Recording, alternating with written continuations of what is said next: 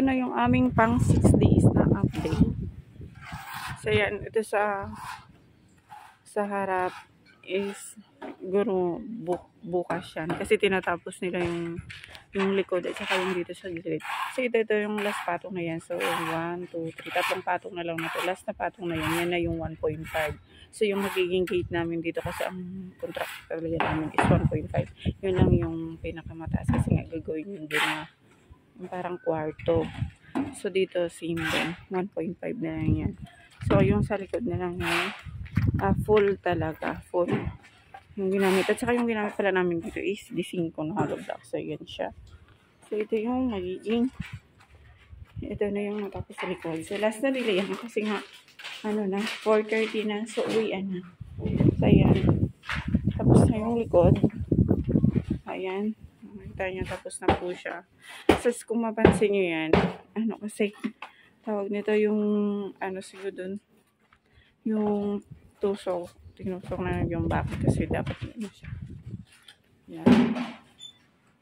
Dito sa last, ginano lang nila. Yung dyan, nakahook din dyan sa may pinaka sa loob. So, inano na lang nila yan. Sinisil. Ginamitan nyo kanina ng ano lang. Ng tawag nito. Ng maliit na ano. Yung pang butas, barina. So, ito. Yan. Kaya meron po yan. Kasi ano yan, kada 3 pato. So, yan. Tingin din dito. Tapos, yun o. Mabilis lang naman yung suksukan ng stirrups. Yung kinulang na stirrups, nawili sila sa kakaasinta. So, yan. Mabilis lang naman yan. So, mabilis lang siya dagdagan. Yan. Nakaano naman. So, yung dito tapos na rin. Kali, okay na to. Yung dito na to. So, ang kulang na lang dito is yung, yan nga yung pag-add ng stirrups. So, ilang stirrups yan. Tapos, doon. Tapos yung dito. Tapos yun, yung formas ng poste din. Yun, buhos. Tapos, ganun din dito. Pero baka tapusin nila yan bukas sa harap doon. Sa harap papuntang gilid. Bago formas ng poste at buhos. Tapusin na yan nila lahat yan asintada. So ito yung ginamit dito is D5.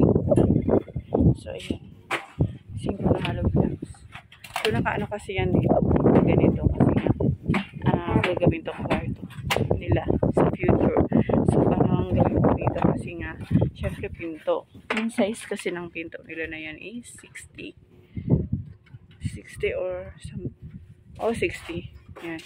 So, ang magiging ano niyan, 60 nga ba? Wait lang, di ako sure ha. Wait lang. Yung kukunin kasi natin yung ano nito is yung ano nito. Ano po. Kasama yung hamba is nasa 70. 73. Kasama po yung hamba. So, yun yung kukunin doon. So, yung natira, maglalagay kami ng bintana.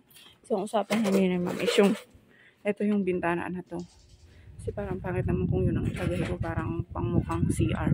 So, ang gawin ko siguro dito, dahil ito hindi naman to mailalagay ng buo, ipapa-grinder ko na lang yung kalahati. Then, ito lang yung isang ipalagay ko. Ito yung part lang na to. Kasi kung ilagay ko to lahat, hindi siguro siya maaari. Kasi nga, ano na yung may pinto na yun. Pero tingnan natin sa actual. Sa actual na pag-aasintada dyan. Kasi mag-aasintada pa naman dyan. Maghuhukay pa naman kasi dyan. Maglalagay din dyan ng tie beam. Then, dowels para sa pag-asintada. Kasi ano din yan dyan. Concrete wall. So, maghuhukay pa dyan at maglalagay ng tie beam. Yun nga, at saka yung dowels para sa pag-asintada. So, may nakaabang na din doon na pang pa-horizontal. Kung mapansin nyo doon sa unang video ko. So, nandun siya. Inabangan na siya.